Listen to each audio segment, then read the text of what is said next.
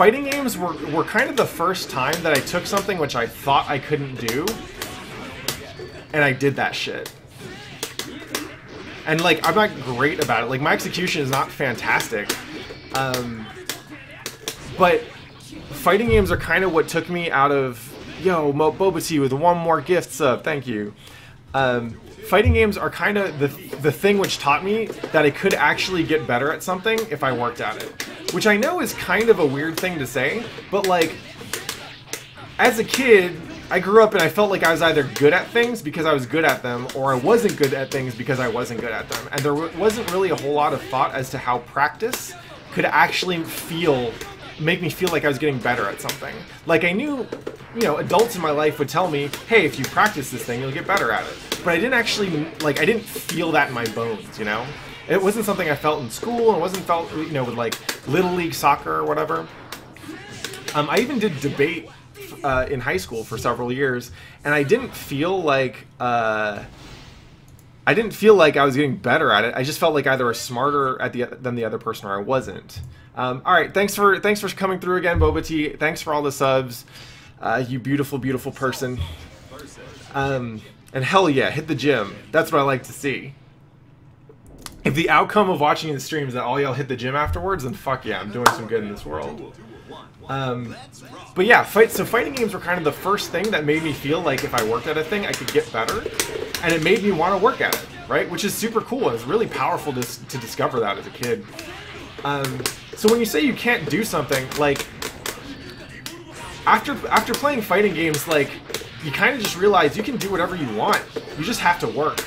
And it might be a lot of work, but it lets you get from, like, it's funny, it lets you get from, oh, I couldn't do that, to, like, I could do that, but I don't want to, right? Which, like, still not the greatest OS, but it's a better place to be.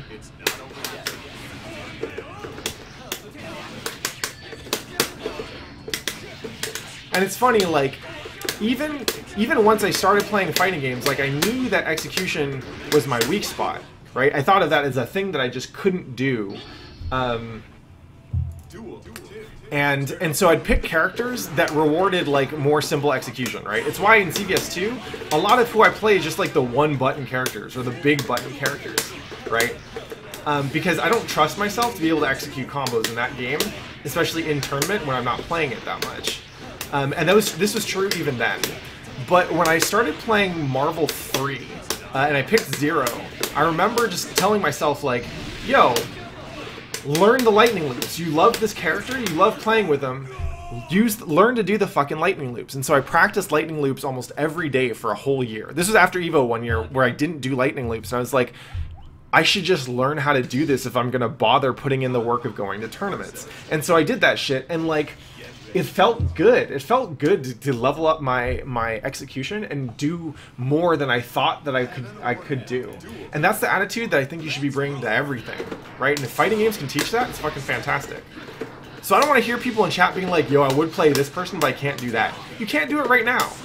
You don't play this person because you don't feel like putting in the work. That's different from saying you can't do it. Thank you for listening to my... I'll get off my soapbox now. JK, this is my stream. You signed up for the soapbox.